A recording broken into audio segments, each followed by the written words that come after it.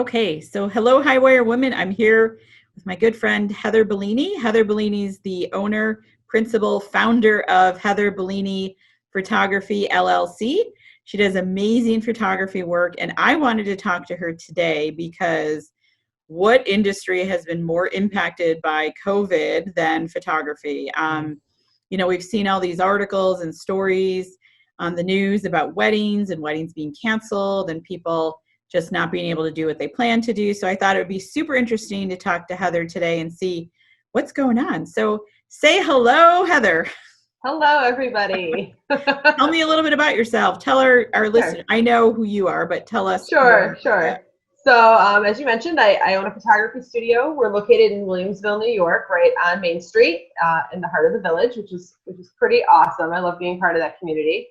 And we are a corporate and event and wedding photography business. So that has been our primary focus, and that's where we've shifted to in the past several years.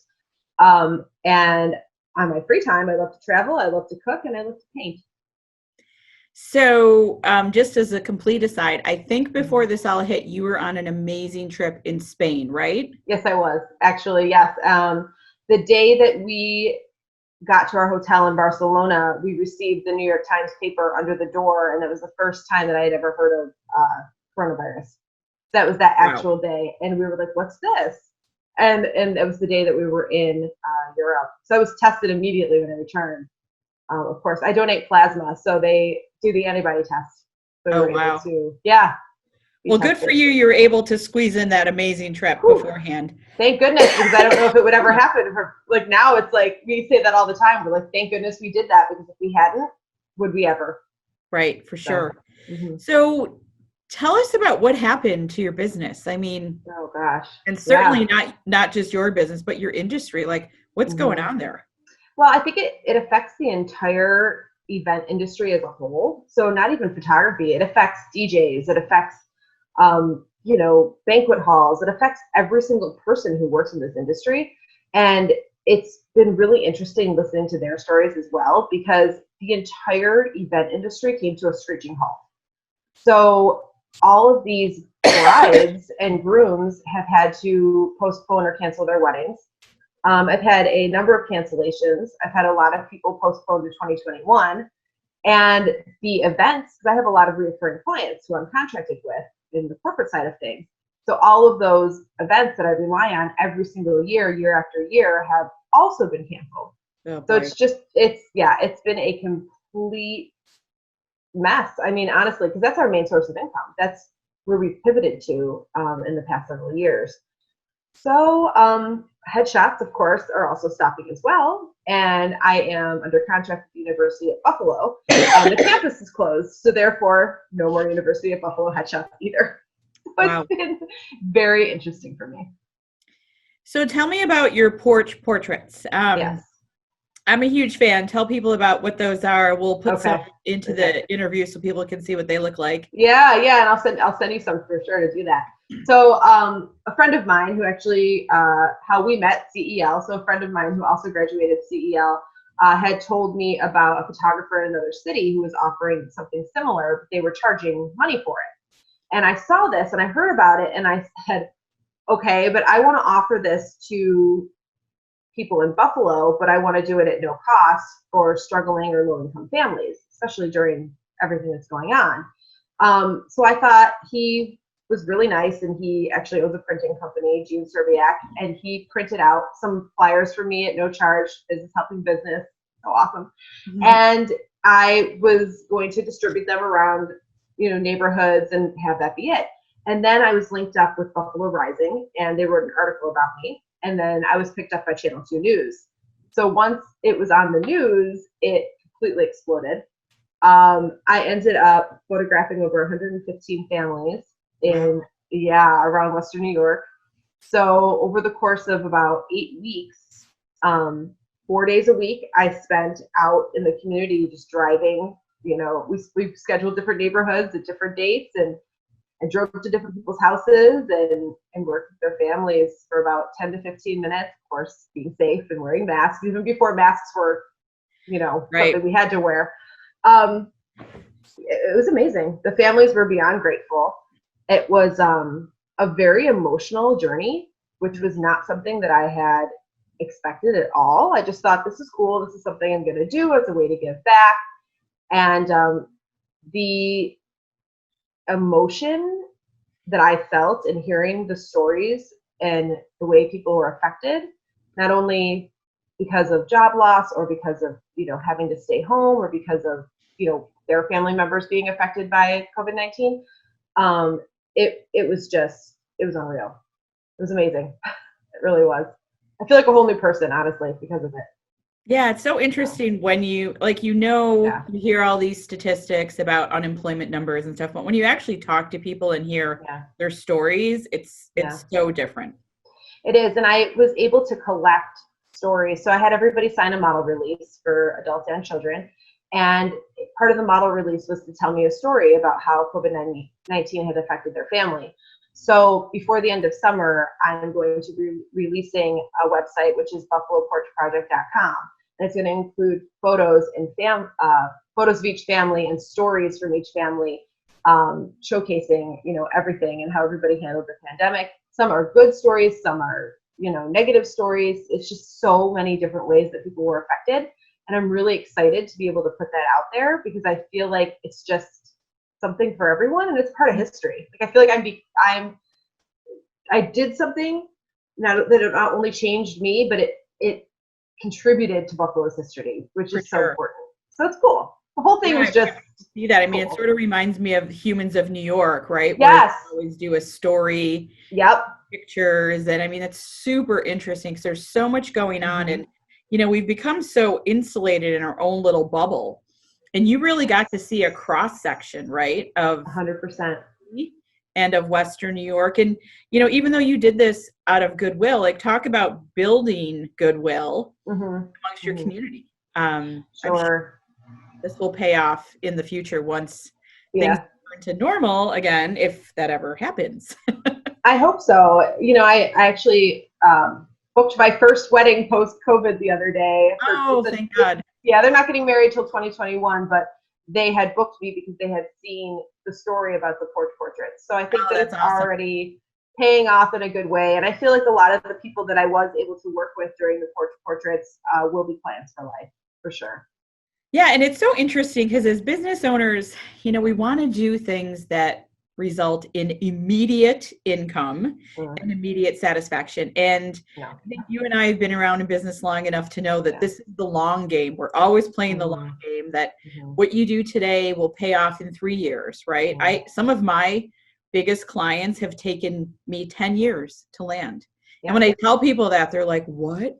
Especially now we're in this immediate world of Facebook and Facebook ads, and everybody wants everything instantly. And in a lot of businesses, like what you do is super personal, what I do is super personal. Yeah. That's all relationship building that takes time. So I think, out of something unfortunate, like your industry turned upside down, I think you're going to get a big splash from this. And it might not be, at the end of this year, but maybe next year or the following years. And you can't put a price tag on that. Like no advertisement would do that, right? No, and there's so much that I can say about that. We could do a whole nother interview just about that, because I think that during this entire process and during COVID, I did everything that I could to stay relevant and to stay top of mind. And that was the most important thing to me, because I was like, okay, because I obviously understand that if you're Googling photographers or if you're on Facebook or people that are going to pop up, and I noticed that other photographers in my industry kind of were like, and I was just like, so I wasn't doing this to gain traction. That was not my intention. It was turning something bad into something good.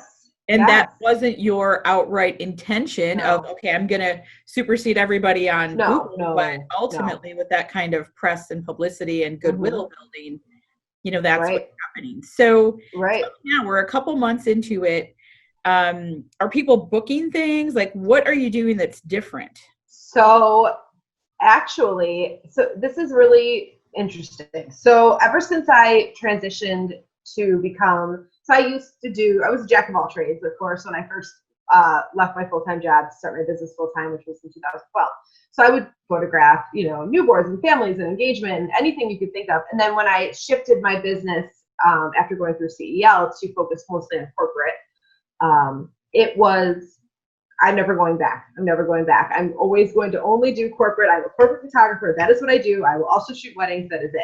Mm-hmm. And this pandemic has forced me to go back to my roots and start photographing families again. Mm-hmm. And I feel like, I don't know, it just feels so, it doesn't make me upset. Okay. Like it almost feels like I want to incorporate that as part of my business now. Okay. So now when I receive an inquiry, I take it.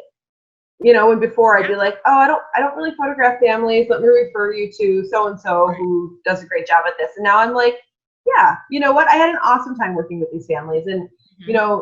They're gonna refer me other business. So, but to answer your original question, it's definitely slowly gaining traction. We didn't do a lot of advertising before because I'm lucky enough to have a lot of repeat clients and mm-hmm. to be contracted with some larger corporations. So a lot of those clients are just starting to come back because they're starting to reopen. Right. But it's a very slow start. And we're just trying to move forward and push forward. I've had to cut my hours of my staff, of course, but I was very lucky to be able to keep them employed through this as well. So, yeah. And, my whole thing is when people talk about starting a business or owning a business, I say it's like being on a permanent roller coaster, right? Like you're up and then you're down and then you're up and then you're down, and you got to be fluid, right? I mean, we all have our best intentions and our ideal clients, but sometimes you got to keep the lights on, and it's good that you can go back to that, right? It is. Yeah, you said it wasn't something that you detested and mm-hmm. you were just focusing in a different route, but now you're back somewhere else, and fine too, right? I mean, it's great to have options. It is. It is good to have options. And I've spent a lot of time during all of this trying to learn from other photographers in my industry who may photograph children or photograph families to better myself as a family portrait photographer, because I'm going to start integrating that more into my business. I want to be able to do it just as well as I do anything else that I put myself out there to do. So I'm not going to say, yes, I'll take anything, but at this point, we need to rebuild. Like, here we are. Right. And I mean, people aren't having 300-person weddings right now. No, absolutely not. They can't. Yeah, right. They're not allowed to. They're not allowed to. So it's always important to have that plan B and to be able to pivot naturally to that. I think that's such a gift, because some businesses don't have that. They just do one thing, right? And it's so important to have that diverse section. And, it's the same thing in our law firm. We're a very much corporate immigration law firm where we represent corporations, but we do have a smaller family practice and when I say family immigration, it's the U.S. citizen marrying the Canadian. And I've always been really deliberate about keeping that as part of our portfolio, because we need to be balanced, and it's not great to put all your eggs in one basket. And, a lot of those cases have been carrying us through the day right now. So even though sometimes you feel like, well, this isn't truly what the goal or the mission of the firm is, it's equally important. And if we've ever learned one lesson right now, it's all about diversifying and being diverse and not being stuck with one thing. And I think we're going to see some businesses that can only do one thing, not be with us much longer. And really unfortunate. That is my favorite word through all of this has been pivot. Because it's just been like, I have to pivot. We're pivoting again. What do we need to do to survive? So I 100% agree with what you're saying, because I've been, this past year and a half, probably my whole major focus was branding. My brand, I'm a corporate brand. I only want to do this. And it's like, well, my focus is so much on my brand, but what about, I can't push away the things that I love just because I want this brand to be this image. And, I think these porch portraits made me realize that going back to the root of everything is what I really do truly love. And it makes me happy. So why not incorporate that as part of what I do as a whole, in addition to being a corporate photographer and a wedding photographer? I can do it all. Yeah, no, it's great. So Yeah. you and I have something in common in that we both love to travel. Um, I'm dying right now. I spend a lot of sleepless nights searching places that I can't go to. I know. How are you dealing? And you know, my husband keeps saying like first world problems, like woe is me. We can't. Yes. Um, but it's part of who we are. It's part of our Yes. family. It's what we do. How are you Yeah. coping with that? Oh, I have like itchy feet. You have no idea. Like so luckily we spent 2 weeks in Europe. We went to like 5 different countries, and then I was in Las Vegas right after that for an event, for a photography event. And I am supposed to be going to Disney World in September with one of my very good friends. So we are going back and forth about this trip every day. We're like, are we going to Disney? Are we not going to Disney? And it's like just, all of this tension about like, let's just get the heck out of here. So I'm not dealing with it well. I would love to tell you that I'm fine, but I'm not. I really can't wait to be able to go. But of course, it has to be safe, but I understand that. Right. So, and then you're spending the money to go somewhere. You don't want to. Right. And I keep getting caught in the, like, even if we go, it's not going to be the same experience. Yes, especially with right? the world. Yep. Yeah. I mean, is it going to be fun to be wearing masks when it's really hot? And, I understand, and I have no issue wearing masks, but do I want to do that in Central Florida in July? No.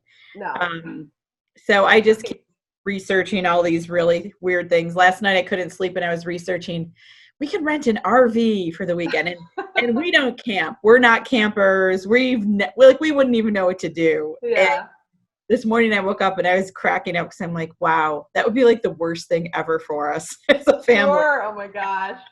Well, it's so funny because when you're like, you're so much like me, it's like go, go, go, go, go constantly. It's like, and then you need that. I will not take a break or a breather until the wheels are up on the airplane when I'm leaving. So if I don't have that in my life or that to look forward to, I'm just like all the time. For sure. So it's like the good thing about COVID is it kind of forced me to kind of slow down, sort of. Right. But I think that vacation is what forces you to kind of turn everything off. Yeah, for sure. So, people say to me all the time, like, why do you travel so much? And that's the only way I can turn off. I don't do well 100%. Relaxing in my own environment. I don't do well relaxing at home. Like same with you. Once the wheels are up, then I'm in a totally different mental place. And it's hard to not be able to do that. And we're trying to do like more local things or, go hiking at Letchworth, but it's still very different because I'm still like plugged in. So I guess we'll get there and we'll see. We've got a Disney trip booked in December. So good. Well, I might see you there if I have to postpone until December. But so, my parents were supposed to go in April and they postponed to December too. So I think it's going to be jam-packed. Yeah, I think so too. So hopefully we can go. Well, I'm super excited to see the Buffalo Porch Portraits. Thank you. So we're going to share your link, Heather Bellini Photography. You can look at all of Heather's amazing work. The work is absolutely stunning. Heather is super passionate, if you couldn't tell already, about what she does. And I'm super excited to hear the stories of our community. I think that's just going to be so interesting. And what a timepiece. I mean, even 5 years from now, right? When we look back, people are going to be like, wow, remember that time? And to be able to look into that, I think will be amazing. So thanks for joining us. I hope we can travel again soon. And keep on keeping on, I guess. All right. Thank you so much. You're welcome. All right.